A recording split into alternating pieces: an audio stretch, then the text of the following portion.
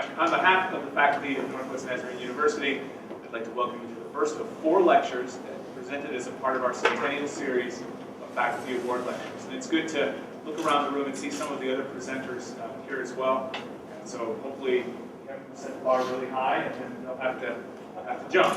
So keep that in mind, Pete. The schedule for the evening is really a pretty simple one. I'll make just a few brief remarks and then I'll introduce our lecturer, and if time's available, we'll have some time for questions. And then afterward, we plan a reception in the lobby where you'll get a chance to interact a little more fully with our speaker and with one another. And hopefully, if you're interested, to sign up for a copy of the text of the lecture. You'll have an opportunity to do that out in the lobby afterward. Can I have a copy of the text? No. The schedule, we pulled together tonight to celebrate the life of the mind and the life of the spirit. The NNU Faculty Lecture Award provides a forum for faculty members of the university to present to the Academy the results of their scholarship. While NNU really is primarily a teaching institution, its mission statement encourages and prizes faculty and student scholarship. All university faculty have a critical role in contributing to the sum of human understanding. Faculty at Christian universities have a particularly important role in this regard. As Christian academics, it is our role in the academic critique to critique the patterns of scholarship, behavior, discovery, and art in the world around us. If we've done our job well, not only will our scholarly activity achieve some measure of acclaim, it will be layered with dialogue and with a motivational ethic. It is expressly Christian. As a university which embraces the gospel of Jesus Christ, we believe that the truth of the gospel and the truth of the social and physical sciences, the arts and humanities, and the underpinning theology are all ultimately in harmony with each other. As Christian academicians, the pursuit of knowledge and wisdom and their application to our lives and to the lives of our students to our society is our central call. Tonight, we'll have a chance to see the results of one mind at work as we see and hear our scholar address a topic that is important to our times and to our institution. Let me tell you a little bit about the choice of the lectures for this year. Our speaker tonight was selected by his peers through a competitive process.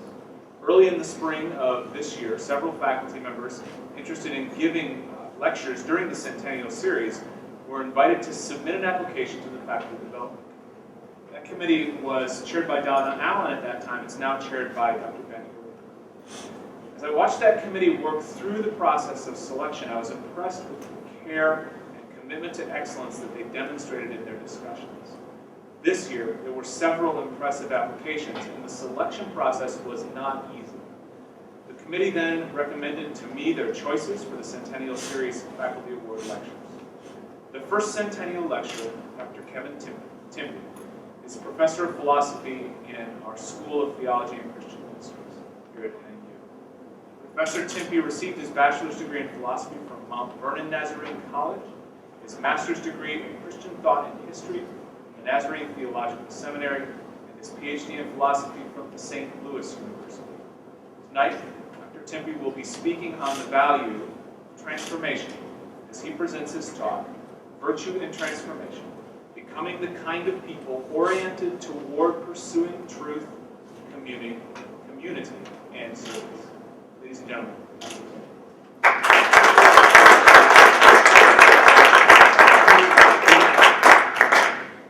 So I'm not used to actually lecturing from scripts, but sometimes scripts. Let me begin by thanking the Faculty Development Committee for choosing, rightly or wrongly, me to kick off the Centennial Faculty Lecture Series. I think it's especially fitting as part of our Centennial celebration that we're focusing on who we are and what we're about. As a university, we claim that at the heart of everything we do, the core of our being, so to speak, stand 4 values: transformation, truth, community service. If we got $5 for knowing this, right, that'd be good.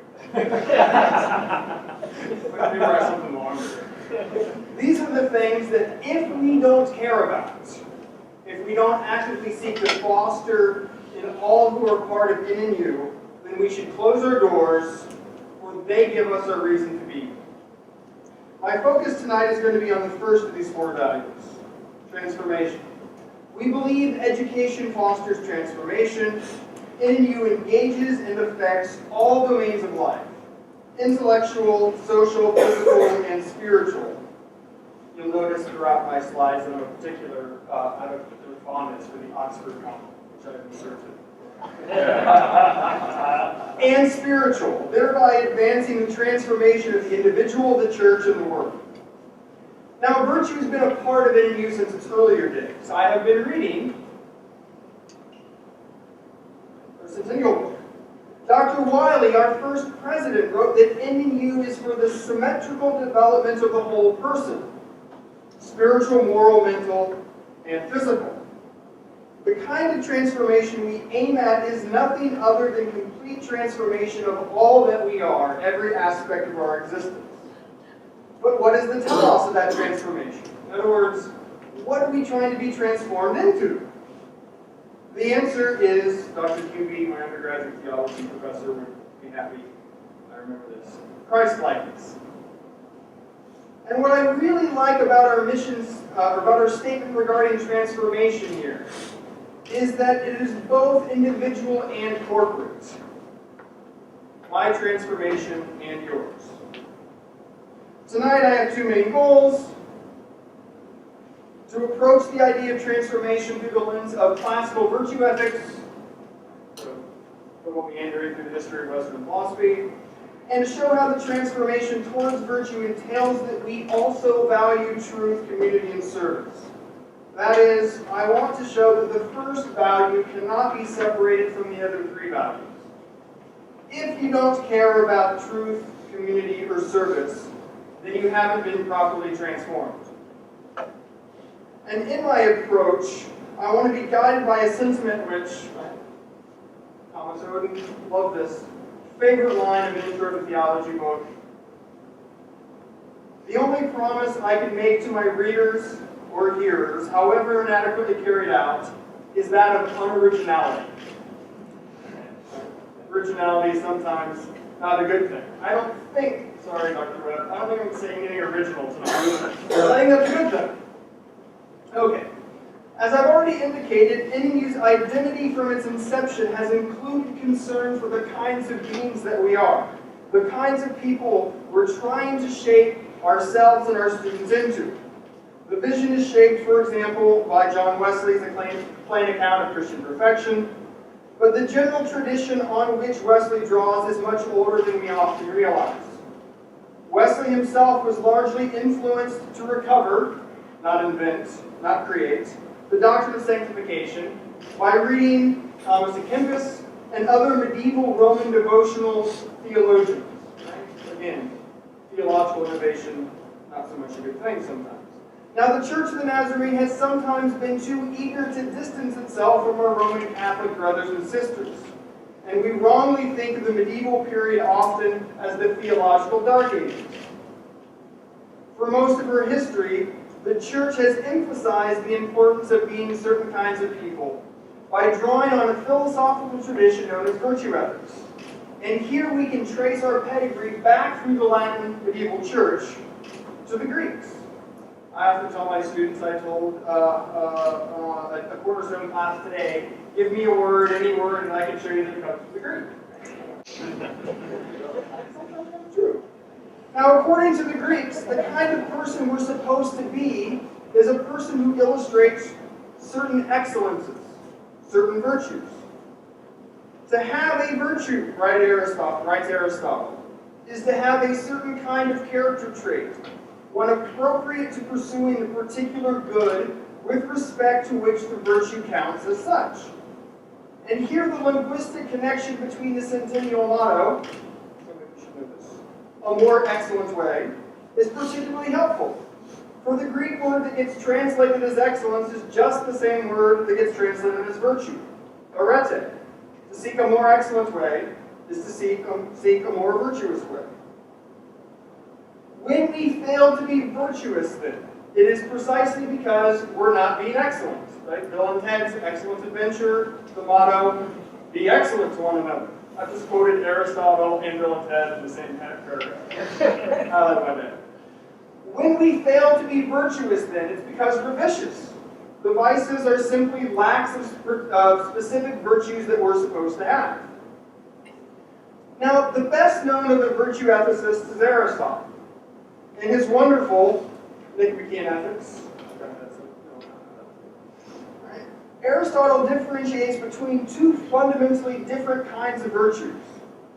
Some of you in this room have learned this semester. There are the intellectual virtues, or excellences of the mind, which involve having certain kinds of knowledge, among other things, such as knowledge of the kinds of people that we're supposed to be. Prudence, which I'll return to in a few minutes, is a paradigmatic intellectual virtue. Like all the intellectual virtues, prudence has to deal with what and how we know. They aim at truth, aim at knowledge. These virtues are fostered, for Aristotle, by instruction. Now, a key responsibility of my job, for many of our jobs here at NNU, is to help our students develop certain kinds of knowledge. In my case, I teach ethics, certain kinds of moral knowledge.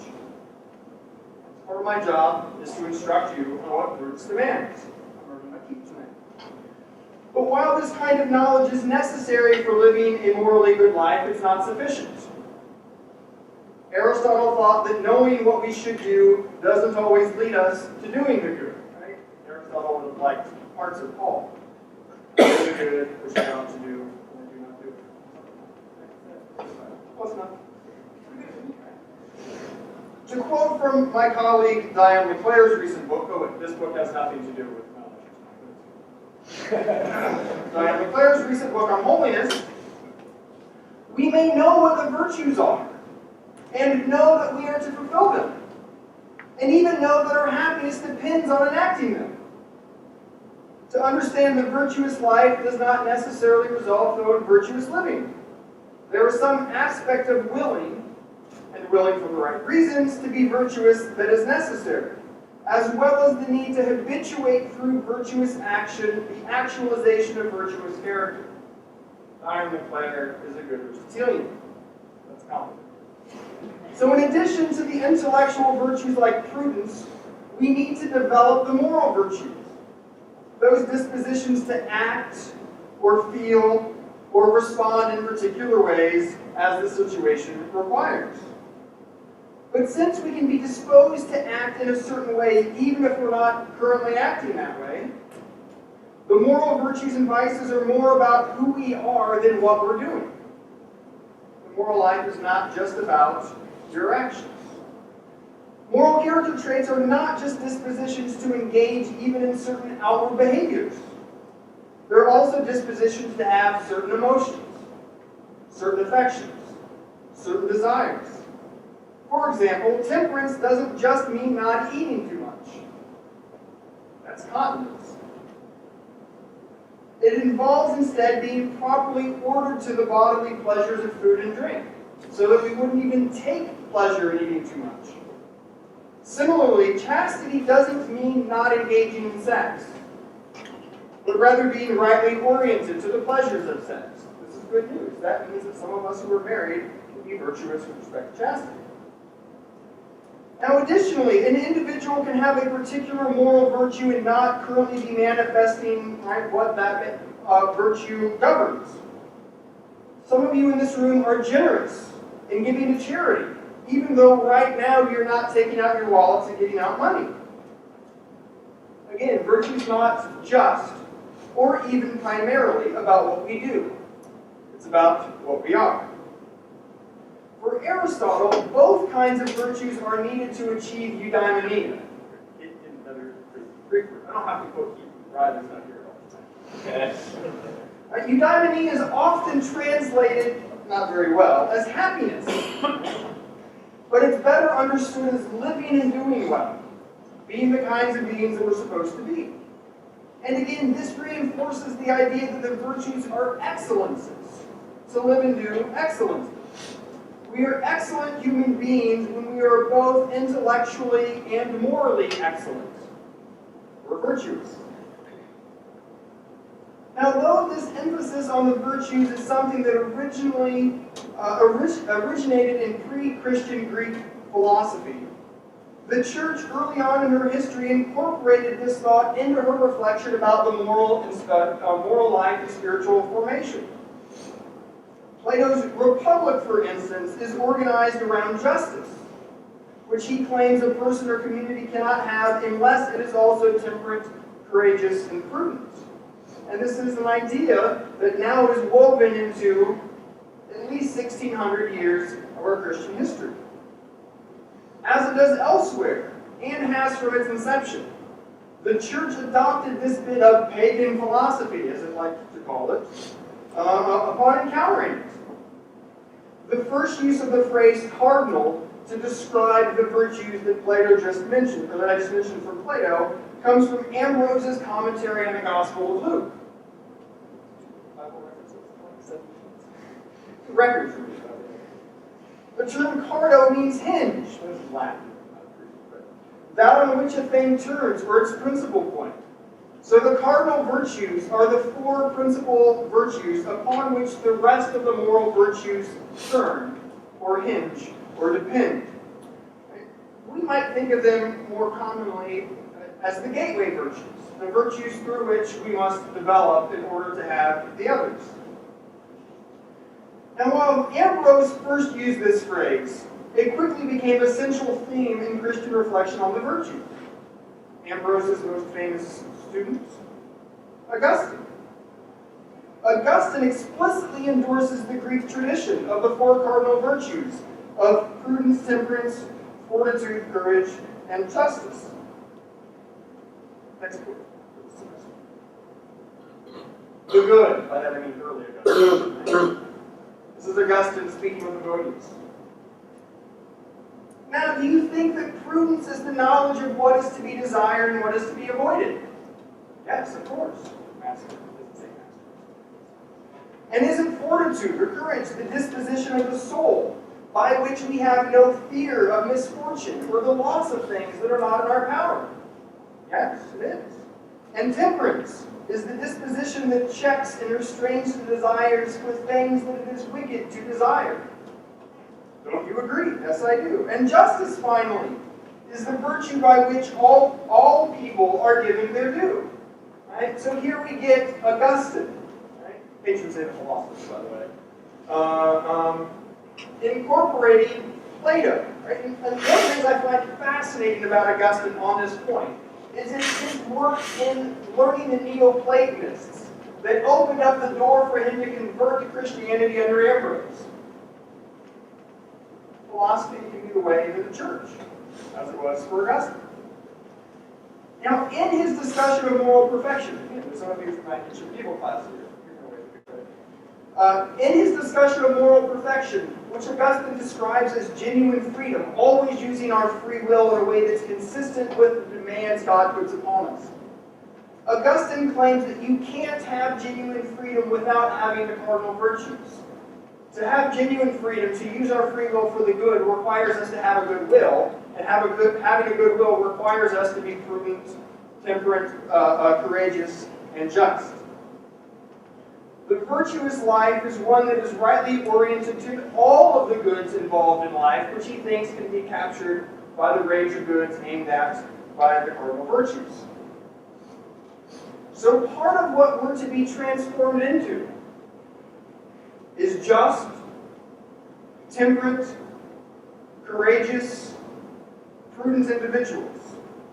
And part of what we're to be transformed into collectively, as a community, is a just, temperate, courageous, prudent community. Whenever we, individually or communally, fail to be just, or fail to be prudent, or fail to be courageous, or fail to be temperate, we fail to be the kind of community that we are called to be. Now, insofar as these virtues were first discovered by the ancient Greeks, right? Plato talked about them. Some of the Stoics talked about them. I don't have time to get But insofar as they're first discovered by the ancient Greeks, these are not something that we need revelation to understand. Even the pagans can know what moral perfection involves. That is, reason is sufficient to show us what this part of the moral life is like. When medieval philosophers and theologians wanted to defend the importance of the cardinal virtues, they didn't need to appeal to any sacred text to do so. Reason, they thought, was able to show us that these virtues are needed for the moral life. Here's a hint. Faith and reason can't be opposed. All truth is unified. Thomas Aquinas, for example, Christianized much of Aristotle's ethics,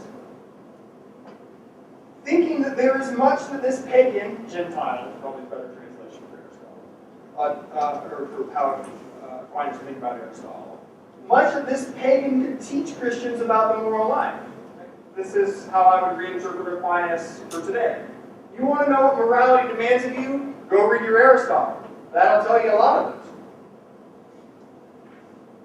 But there are other virtues that Aquinas claimed we cannot know about simply by borrowing wisdom from the Greeks. You need your Aristotle and you will. These are going to be the theological virtues.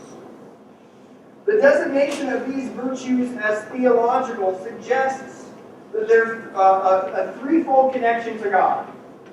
The theological virtues are infused by God, they direct a person to God as their end, and they become known by God's revelation. So here we need more than just reason. According to Christian tradition, you cannot foster the theological virtues. You can't even increase your level of the theological virtues.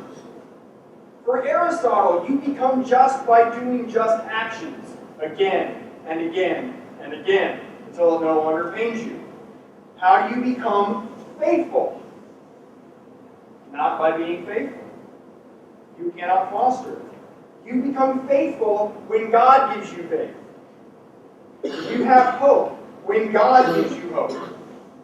And you engage in charity only when God's own charity catches you and incorporates it into His end.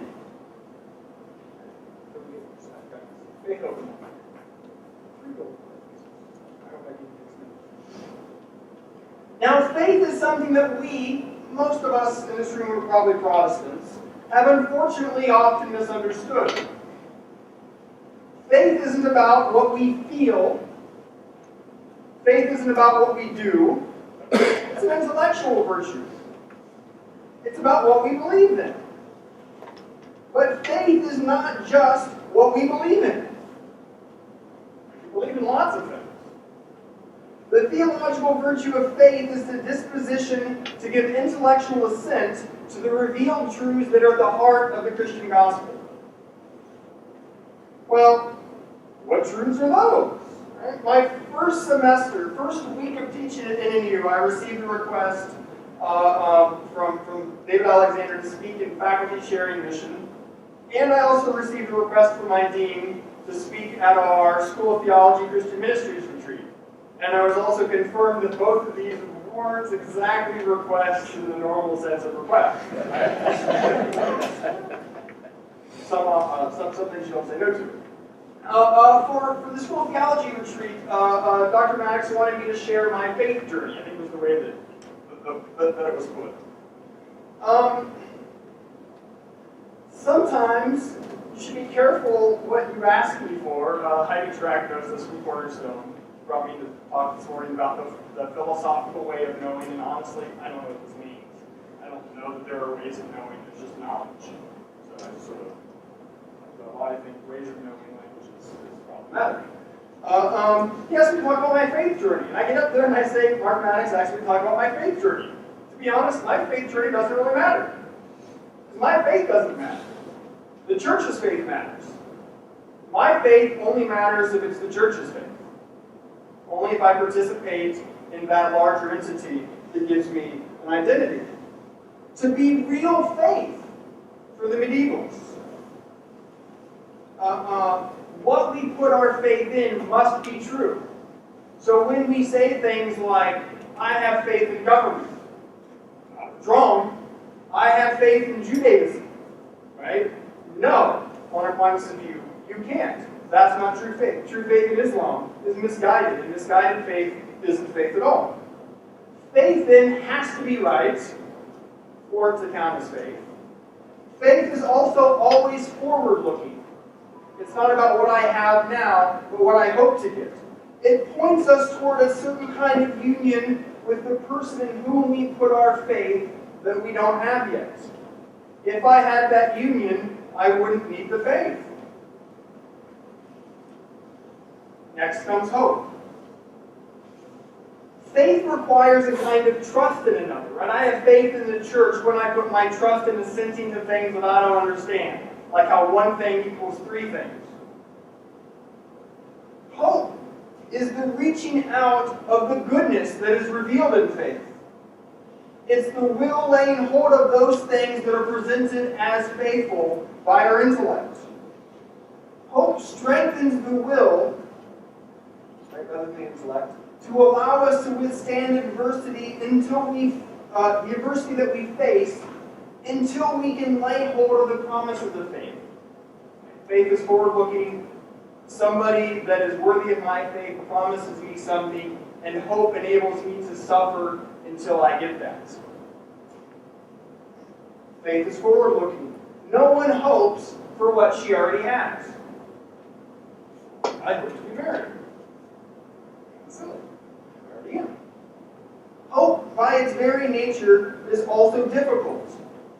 For we only hope for those things that we do not see how we will attain. I have hope for my son precisely because I believe someday he will be whole in a way that today he's not. I don't know how. That's my hope.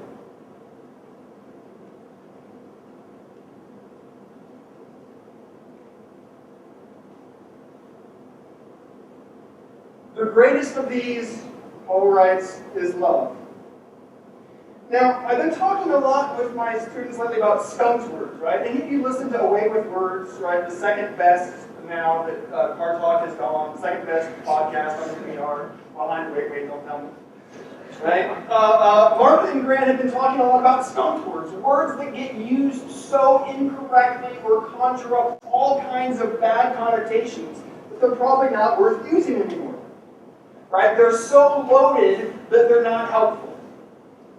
Now, evangelical for me sometimes is one of these, because honestly, depending on what people actually mean by it, if they mean anything other than its Greek root, I don't know what they mean by it all the time, right? Because it means so many different things to different people.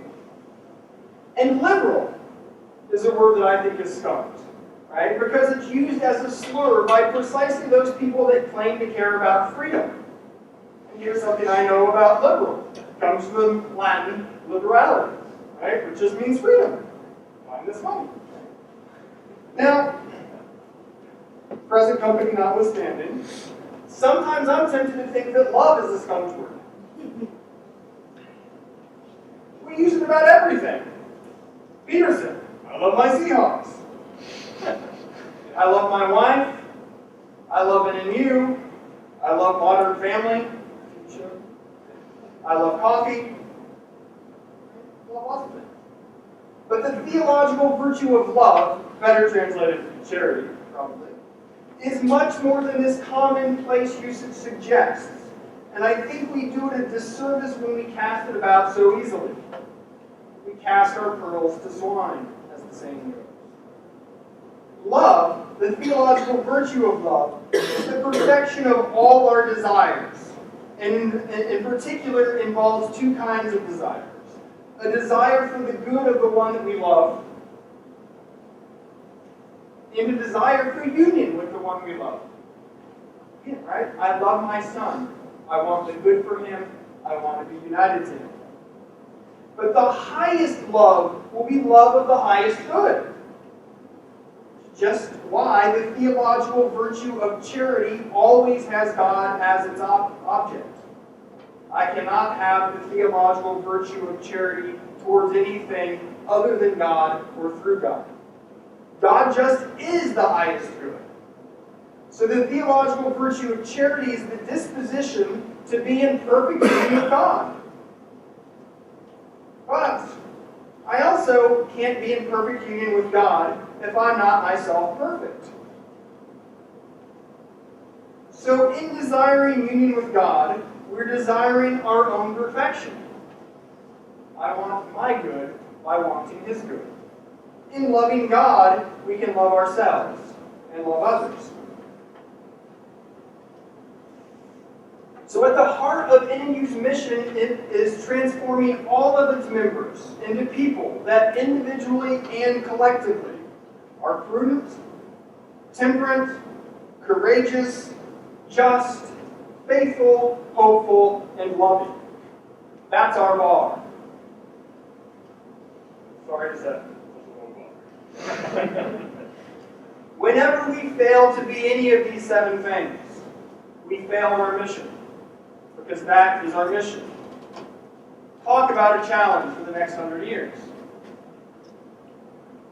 I turned into my second main goal for the evening, namely to show that the transformation of the sort I've delineated here cannot be separated from the other 3 of NNU's values.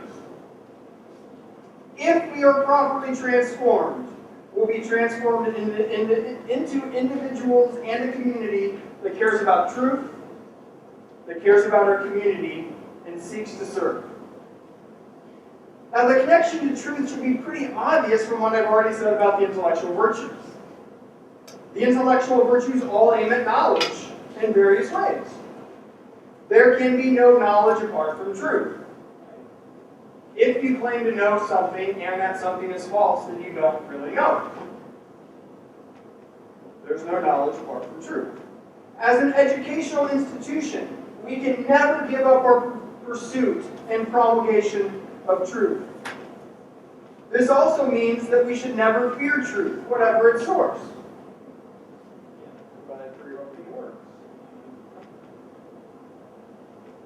There is no truth that NNU should be afraid of. And while I know that some materials, some books that people don't want us to read, some views that people don't want us to talk about, some subjects that people don't want us to talk about are dangerous. I get that. We need to handle them with care. I get that. There should be no topic of conversation at an educational institution that is off limits for us to pursue, because we care about truth. If we're afraid of the truth, or if we're afraid of the truth getting out, then we've already fallen short of our mission. We also fall short when we fail to love God with all our minds. My critical reasoning class this semester recently finished Mark Noll's Candle in the Evangelical Mind. I learned this in terms of what it means to love God as an intellectual, here again, our history as an evangelical denomination often falls short of what our Roman Catholic and Orthodox brothers and sisters have been doing for centuries. We needn't reinvent the wheel.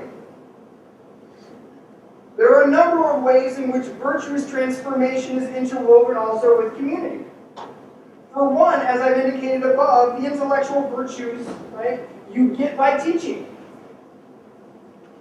You can't teach yourself something.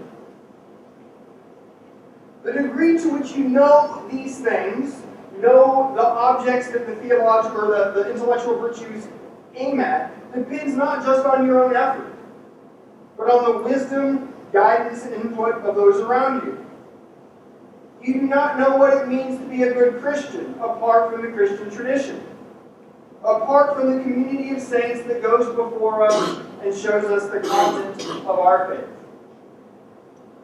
But community is also important for the formation of the moral virtues, even though they're not fostered by instruction. I can tell you how to be intellectually virtuous and actually succeed. I cannot succeed in telling you, talking to you, teaching you in the moral virtues. For most of us, our own willpower is not enough to do what we need to do to habituate ourselves into intellectual virtue. That's why we need the people around us that will habituate us sometimes against our desires, into being the kinds of people that we ought to be. Second, some of the virtues are inherently social in nature. Justice is the easiest of these to show. Remember, justice is the disposition by which we give others their due. Others. Justice is inherently oriented towards others. There is no justice other than social justice. Though I know that way of putting it in conservative Idaho doesn't go over so well. All justice is social justice.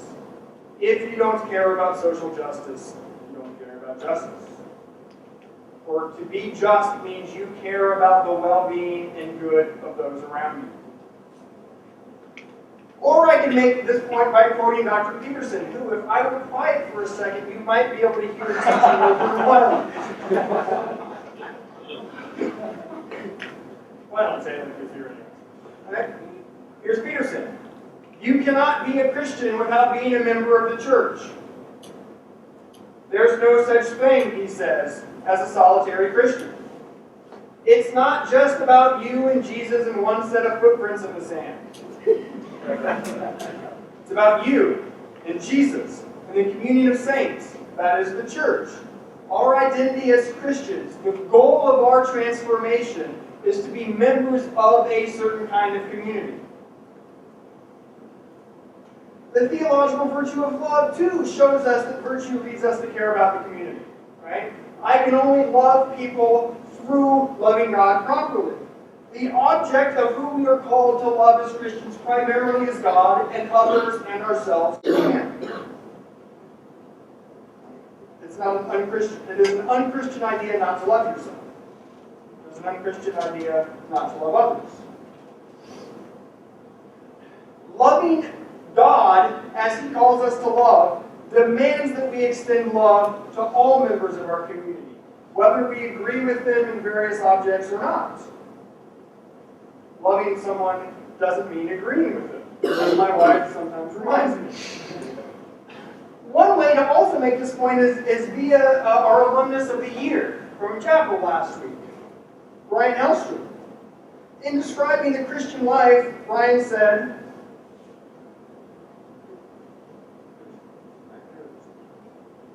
I just skipped over the field, right? That's community we care about. Here's what he said last week. I didn't go check the transcript, but this is pretty close. If you are correctly ordered in the vertical dimension, right? If you're correctly oriented to God, then you will be correctly ordered in the horizontal dimension towards other people.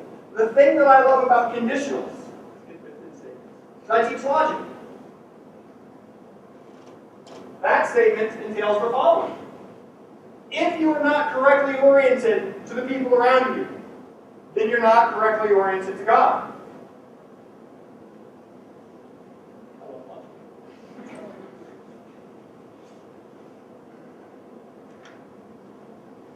Furthermore, we also see that our individual good is inherently tied with the good of the community.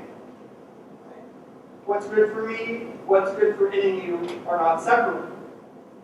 The quality of our students' education, for example, is dependent on the quality of our faculty. It is good for our students to have faculty engaged in scholarship in their respective guilds, not only for the sake of them encountering those ideas in the classroom, right? But for the sake of the academic reputation, part of which will depend, right, or go towards saying what kind of jobs they get down the road, the value of their pedigree. And the good of the university as a whole is likewise caught up in the good of our students. We do better when you do better, students. So hear me, those of you that have me, especially this semester. I love NNU too much not to challenge you, not to push you intellectually, spiritually, morally. Finally, service. The value of service is not distinct from what I've already said about the value of love and the value of community. If you love, then you will serve. I also need the relevant intellectual virtue to know how to effectively serve. This goes back to a conversation that Ed and I had a week or two ago. Misguided service, while perhaps rightly motivated, can harm those we seek to serve more than our indifference. Serving wrongly can be more damaging than doing nothing. So how do we serve rightly? Well, it depends on what the right way to serve is, which depends on us knowing the relevant details. It's not enough to be motivated to serve. We must also be rightly informed to know what service we ought to engage in. Well-meaning people often do harm. But as is the case with justice, a failure to be willing to act towards the good of others is sufficient to show that we're not the kinds of persons, not the kind of individual, not the kind of community that we claim to be, and that we, in our second 100 years, are still called to be. Now, I've covered lots of ground. Plato, 1,300 years, out of 100 years. A little bit further back. Certainly I've covered no more than 100 years of this institution deserves, though. We claim to be fundamentally guided by the desire for and belief in transformation. We say that's who we are. May we become the kind of people and institution that live up to that claim. Thank you.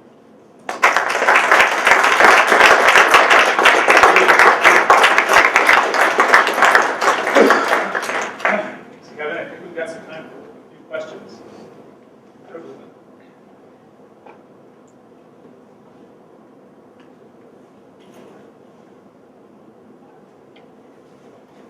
I'll give you the microphone so that the recorder can pick it up.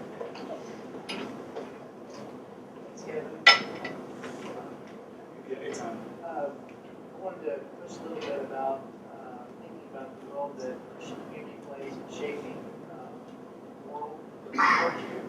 What might be some particular practices that we as a community here participate in, but also practices that the local church community participates in that provides a means of transformation in a virtual, moral, or intellectual way?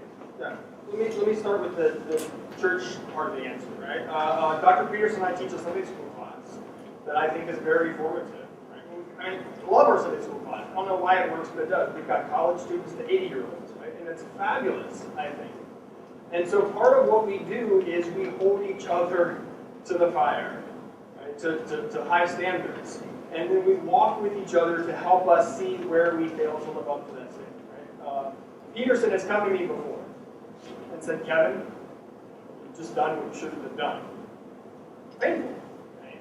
That's what it means to walk with somebody. So part of what we can do is actually engage in those kinds of things that, right, we too often just sort of say we believe in and don't do. I'm teaching capstone this semester, right? So I'm making my students think about it. So this is the university side. I mean, all kinds of, the way that our general education is shaped, I think, is largely on the basis of that we care about both intellectual and moral formation. Right? GE committee, whenever they made up the current GE, right, was a lot more interested than I think they meant to be. But I think that what we can do is look at our practices and see whether or not they actually do this. Right? So here's an instance that came up in my capstone class. Right? The single biggest polluter of the environment in the United States is the meat industry. The production, the transportation of meat. So here's something we can do. Eat less meat. Well, right, the DEX is set up to serve meat every day, every meal, as much as you want. A, it's probably incredibly wasteful. I don't know. I'm just guessing what it is. B, meat, expensive. And C, right, environmentally damaging. Here's something that we can do. And most people don't need meat every meal. And I realize that some people do. There's no excuse for everybody in the United States to be carnivores anymore, or omnivores. There's something we can do. We can cut down meat consumption on campus. We can make sure that we recycle them. We can do all kinds of things, right? By engaging in the patterns of just behavior, responsible behavior that over time will shape us into these kinds of beings, so that eventually, right, it's just natural for us to do. Follow that? Sure. I guess I was pointing with those things, thinking about in the Christian community, are there particular kinds of Christian practices that shape us in certain ways that help us to live out kind of moral. Whether that be Eucharist or grace, because within what is it that makes us, how does this transformation take place in a Christian context that is somehow distinct from other forms of virtuous living? In some ways, it's not going to be distinct, right? What it means for me to become temperate is no different than what it means for an atheist to become temperate, right? In that sense. Right, for various reasons related to the university, I've been rereading the Nazarene Manual's Covenant of Christian Character, the one that membership binds you to. Here's something that's interesting in the Covenant of Christian Character, right? What binds all Nazarene members. You will actively seek out, is the phrase, the means of grace. You are bound by membership in the Church of the Nazarene to regularly seek communion. I find that interesting compared to our practice. Right? And some of you know this is one necessary condition for me to go to the congregation that I do. Right? So that's something that we could do. Right? I mean, there's a sense in which Bible study, right? Small group accountability, chapel is supposed to be part of this, right? And all kinds of things that we do. But some of it is going to be no different for the moral virtues, right? The habituated ones. That's not going to look any different for Christian versus non-Christian. The theological virtues are infused. How does Aquinas think they're infused? Ultimately, primarily, through the sacraments. Yeah. Peter something like that too. That's kind of what I was thinking. Yeah.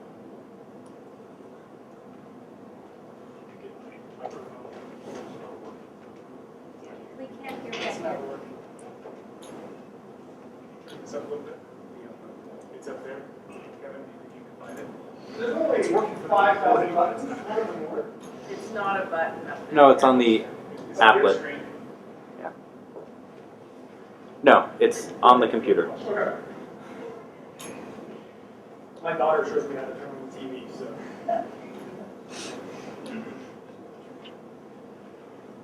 I'll try to go ahead if it is recording. You stated as truth that there is no justice without social justice. That term was not used by the classical ethicists. How would they define it? How would they define justice? Social justice. By social it just means community, right? So for them, justice just is giving other people their due. In various ways. And so they would never use the term social justice because it would be obvious to them that, right, all justice is social. There's a sense in which the term is redundant, right? Sort of like, I've got true knowledge. Well, yeah, all knowledge is true, right? And so there's a sense in which they wouldn't use that, right? But they wouldn't use that phrase precisely because they would have known and seen that there is no justice apart from our interaction with the people around us. And so what it means to care about justice is just to care about social justice. Now I've got some theories that we can get into, right? But for some reason, right, some people don't like that way of talking, in part because of the way that phrase and understanding has been used for, right, this actually is my theory, right, for a certain political agenda. I understand that, right? But it's important to know that there's just not such a thing as unsocial justice. So, right, this is in a sense, do we give up words that are skunked or do we reclaim them? And that's a good question. Right? So, You can pass that back.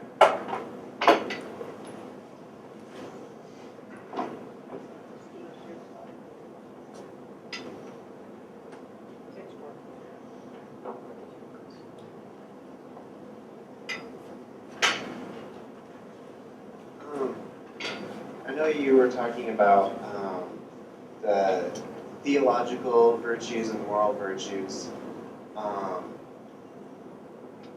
just as part of the mission of NNU being to transform people into people who demonstrate the virtues, would you say that we are doing a good job of transformation into the showing of these virtues? Because it seems like a lot of our emphasis is on more the theological virtues and the understanding of the virtues, which you said is not sufficient without action.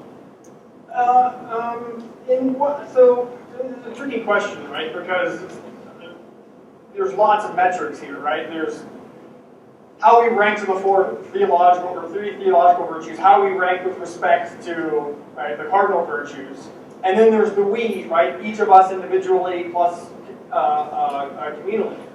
I think with respect to, the thing I like about the way that we say it, right? We say that it's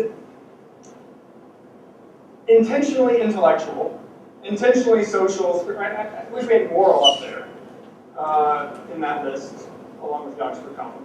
But we'll do that. I think that some of these we do really good at, right? I think that some of them we don't do so good at, right? But part of the mission is to live up to the standard that we have prophetically set for ourselves, right? I think that, in different ways, I suspect that when it comes to our health patterns on campus, we're not particularly good, right? I mean, some of us are. Avid bike riders, avid exercisers. Fall. Some of that we do. Some people are very intellectually minded toward, right? And again, for some of us, we're okay in one sort of part of our life, but not in another. We don't always live in a culture that is good at standing up for truth when it's contentious, right? And courage is the virtue that would properly temper our fear of potential reprisal when that's necessary, right? To be courageous is to be prophetic sometimes. I don't think that's always, I don't think we're always particularly good at that one. I think that in some ways, right, we are very good at being just, right? I love the community that I'm a part of by being here. But I know that there are some members of our community that we actively make to feel unwelcome. I don't think that's particularly good, right? And sometimes that's intentional, sometimes it's just not intentional, right? And so that's a place where I think that we could do better. So I think that we're not horrid at these. We're better at some of them than other times. But they certainly give us, right, a high standard to try to live up to. But again, in another sense, some of you will remember that, right? Somebody told us that our obligation was to be perfect. That's a high standard. It's not surprising we don't live up to it. That's Paul, James. So again, I think we've got a high bar that we need to continue to strive for. Even though in other times I think that we do some of these very well. It's a broad question, broad, flowy. Thank you, Kevin, for your concepts and ideas. Part of where I struggle with this is for those who aren't in this room. I started struggling as you were talking about the intellectual components, and in my brain I always go to those who don't have the capacity, and then I don't know what to do. And then with the example that you gave, and we are some of the most egregious polluters of our world, and that does trouble me. But if all of a sudden we became vegan, the trickle-down effect of that would be absolutely disastrous for those who have virtually no power to then make a difference. And so I think as we look at these things, there have to be a variety of choices that those who have the capacity make. For instance, maybe we don't become vegan, but maybe we restructure the meatpacking plants and how how we look at those. I didn't say that we should be vegans, I just said that we should be careful about the amount and quantity of meat that we eat. Even if we did that, it would have a potentially disastrous effect on those who rely on being one of the workers in the meatpacking group, who don't have a lot of experience education to then just go and get Sure. another position. And again, part of what we have to think about is how, so again, the general point I completely agree with, right? We have to be careful that the things that we do to make things better don't actually make things worse, right? This is one of the tricky problems about, say, closing down sweatshops in foreign countries. Sweatshops are usually the best option that people have and make them substantially better off than their other options. Maybe the Christian thing to do is only buy from sweatshops. Now, again, I have no idea, right? I've spent 8 years of my life trying to figure out if I should buy fair trade coffee. I still don't know. So, I agree. I want to certainly agree with we need to do these things carefully, thoughtfully, right? And again, it's going to require, say, interdisciplinary, right? I don't know anything about economics, right? Help me out with some of this, right? But we don't have to do this alone. Again, part of being a community is to foster those kinds of discussions so that we can be more collectively wise than we are individually. So yeah, the kind of thing that you're suggesting, I don't see as contrary to the spirit of what I was trying to get at, but just sort of a nuance that, yeah, I think you're exactly right. Kevin, as a part of the crowd here who are interested in formation, and it's one of the words on the door going into our building, spiritual formation. It seems to me that we have, in the character of Christ, we have a pretty good idea of what it is we're wanting our students to be transformed into. Where I struggle is that I don't think we have much of a sense of what it is that we want them to be transformed from. Who are these folk who are coming to us? And I don't think I have a point except to say that I wish we could think a little bit together about the wide diversity of experience, background. You know, we make some assumptions about our students. We're an open enrollment institution, so our assumptions are wrong. You know, because we don't check ID at the door, so to speak. In some areas we do.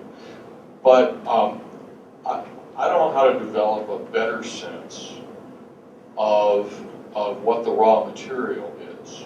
I think we have a clear sense of what we want students to be transformed into. But I don't know that we, in some sense, respect who they are when they get here.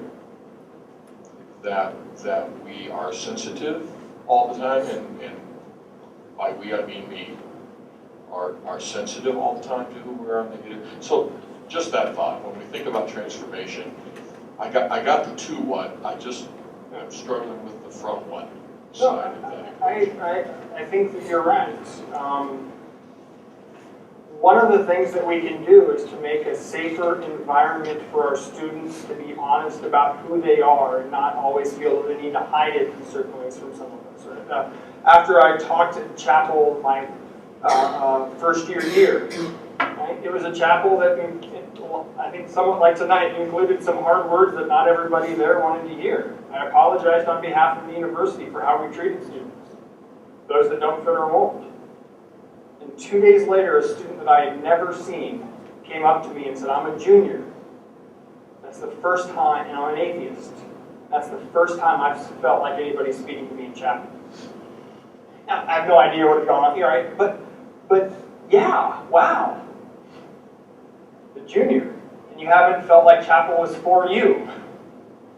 Again, that's not an insult in any way about the chaplaincy, right? But that's just a story from my short time here, where I think your point exactly holds, right? We don't always know where our students are coming from, and sometimes it's because I've had many conversations with students, unintentionally, perhaps intentionally, I suspect the former, have made students feel that they can't be honest about who they are. So we're not going to know what they're being transformed from until we can know who they are. So, yeah, I think, again, I'm going to agree with all the criticisms. I think that's right. Kevin, I don't know you very well. I haven't had many personal conversations, so oddly, a high percentage of what I know about you comes from listening to you in public presentations. That's better than only knowing about me through Facebook. Could be. So, based on what you said tonight, you seem to be a virtuous person. You are obviously an intensely serious person. I want to ask you about two words I haven't heard tonight, but which I think have been implied. One is humor. You seem almost incapable of communicating without leavening what you say with humor. Is humor a virtue? Is it something we have to cultivate? And then my second question is the truly virtuous person happy? And does happiness matter, or should it come into consideration? So humor and happiness. So I'll take the first one, and before answering the second one, I'll have to ask a follow-up. Humor is not a virtue. Humor is an object of a virtue. Humor is the object of a virtue.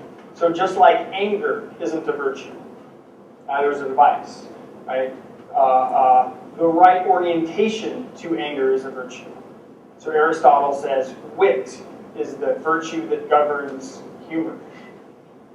So you can be, and for Aristotle, he's sort of the Goldilocks of virtue theorists. You can be too much, you can be too little, you're just right. Right? Wit is the right orientation to humor. A buffoon is somebody who's always invoking humor when it's not appropriate in the wrong contexts. Right? So now I'm worried about you're saying this. And I've just illustrated what I'm worried about. Right? But so that can be problematic. It can also be problematic on the other side, right? Where we see humor as never appropriate. So yeah, humor is not a virtue. The right orientation towards humor is a virtue. And Aristotle calls that virtue wit.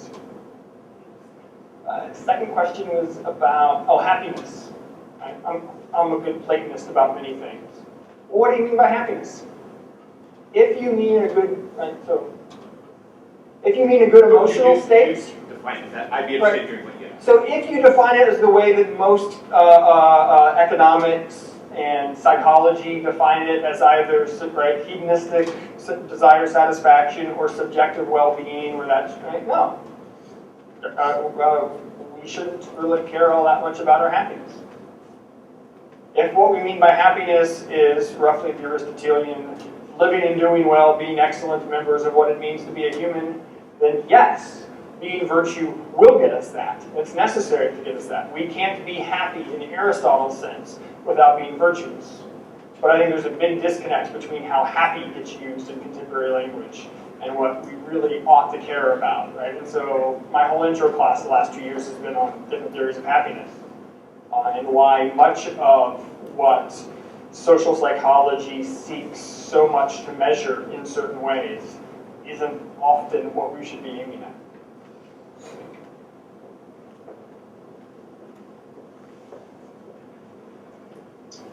I have a wild hair idea for you to consider, which is rather ironic for you or me, either one of us, to consider anything about wild hair.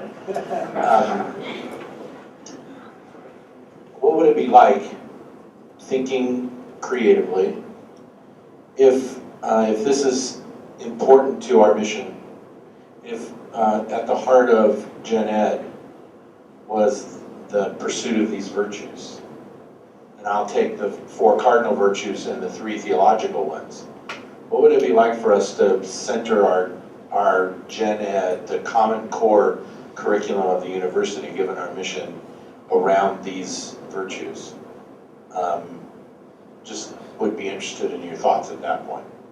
The first 2 things that come to mind are, the first is, it's going to be an accrediting nightmare. We have to measure it. This was the problem up until last year about having the university outcome of Christ-likeness. Good luck measuring that, right? So part of it is going to be difficult given the nature of contemporary accredited, right?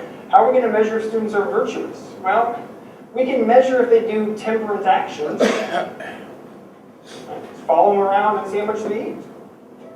That'd be part of it, right? But that would only be measuring the actions, right? And the continent person doesn't eat any more than the temperate person. Right? So honestly, I don't know that we can measure these things, right? Oftentimes the things that are most important are exactly the things that are going to be difficult to measure. So we're going to get kicked out of whatever body accredits us if we do that. Yeah, First thought. in that case, most educational reform would never happen. And maybe why it's so difficult for it. Second, the other thing is I think, as I mentioned in response to Glenda's question, part of what it would have to be is to be interdisciplinary in certain ways, right?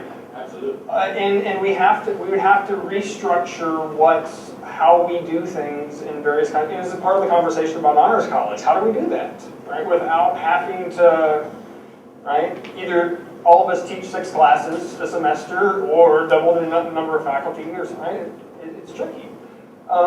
Because, so even with the fair trade issue, right? Whether or not buying fair trade coffee is just depends upon, right, economics that I don't know, and supply chain issues that I don't know, and all kinds of things, right? And so if I'm supposed to sort of figure out whether or not students, we have to get a lot of different people involved. So we're going to have to foster, if not officially, unofficially, ways for more of those interdisciplinary conversations to take place at a deep level, right?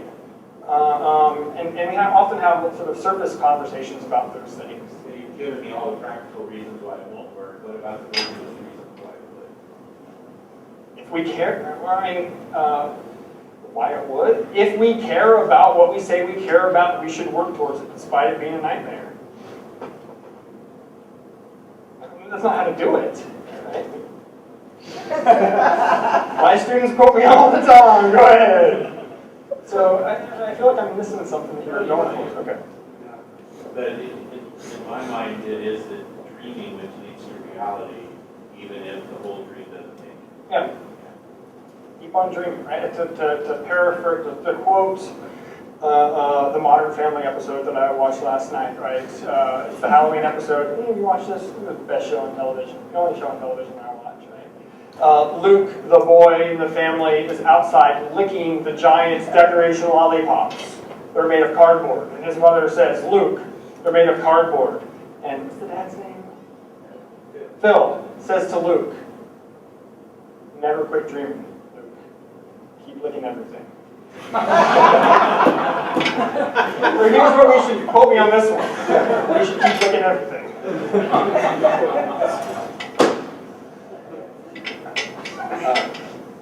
Ed's question prompted me to jump in here. First, thanks so much for an excellent lecture.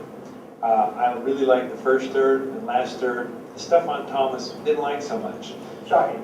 Exactly. So that then got me to thinking about what if we tried to do what Ed suggests and incorporate these in our curriculum, and we had differences of opinion on the theological, or the way to understand those theological virtues. Any suggestions on how we might deal with those kind of differences? Yeah, I mean, one way, and again, it's a way that you and I have done before and are going to do again, is to model diversity. And so there's a way to disagree as Christians about important issues that don't involve either threatening to move to Canada or labeling the charge of heresy of people. And this is unfortunately something that our aspects of our denomination aren't particularly good at. So one thing that we can do is model that, right? You and I disagree substantially about important theological issues. And whenever I mention that to my students, I talk about how good it is for me to have you as a colleague, and how I love you, want your good, want your comfortable life, and that you're not a heretic for thinking those things, and that we can model diversity. So that would be part of it, right? And that would be a good way to do it. Imagine, Timpe versus Timpe and or class on how to understand the divine nature. It'd be pretty diverse. Be more fun than anything, right? It would be great. So part of what we need to do is show our community, our denomination, our students that disagreement does not mean animosity, and that there is more than one right way to think about things, because the issues are complex. All right, so what I heard, and you can correct me if I'm wrong, you'd be saying, early on you said that the Roman Catholic and the Orthodox Church have done a better job of focusing on these virtues and cultivating these virtues. If that's true, then how might the Nazarene Church incorporate this sort of model into what they teach going forward? Well, I mean, in that sense, we could become more like the Roman Catholics and the Orthodox. Here's one way that I think would be fabulous. Confession. Actual confession. Because if I have to go to somebody who knows me well, a regular confessor, and say, here's what I've done in word, thought, and deed this week, right? That's going to affect what I'm willing to do next week. So that'd be, I mean, one way to do that, right? I would be happy with even getting a prayer of confession before we go to the Eucharist in our communities, right? We have no role for confession in our community, or at least very, very little role. So that would be one way. And again, I had a typical Nazarene education, I think. My ancient medieval philosophy was 14 weeks of the ancients, 1 week of New Testament philosophy, which I'm still trying to figure out, and 1 week of Augustine. And then the next semester, we started with Descartes, 1,200 years later. Part of what we could do is just make sure that those periods of time that we had wanted to distance ourselves from, right, are valuable. In a sense, that's why I do comic stuff, right? In a part because I think it's right, in part because he's somebody that we run from rather than run to, and we miss out. I think it'd be fabulous to see a class on Roman Catholic theology or Orthodox theology, right? To see, sort of, I mean, despite all of that many times Wesley's inherent and explicit anti-Catholicism, confession, it's lamentable, but he's profoundly influenced by this tradition.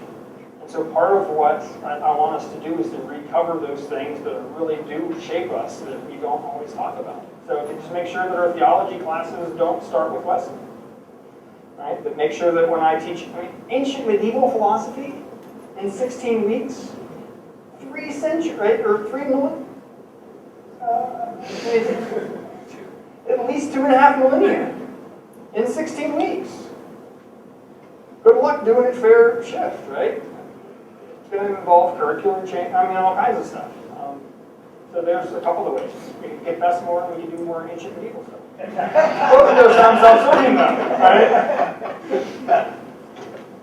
Thanks, Kevin. Join me in thanking Kevin, please.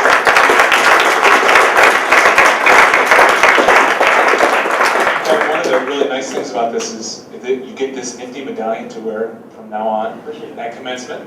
And it is inscribed. Does the commencement or from now on? No, you can wear it from now on if you think that's virtuous. I teach logic. Quantifiers matter. I'm sure. And then here's a thank you from the institution. Thank you so much for your scholarship. We appreciate it. We appreciate the evening. It's been a great time. If you would, proceed us out there so that we can join you and congratulate you. And then the reception that follows. If you want the text of the talk, by all means sign up. Thank you again for coming.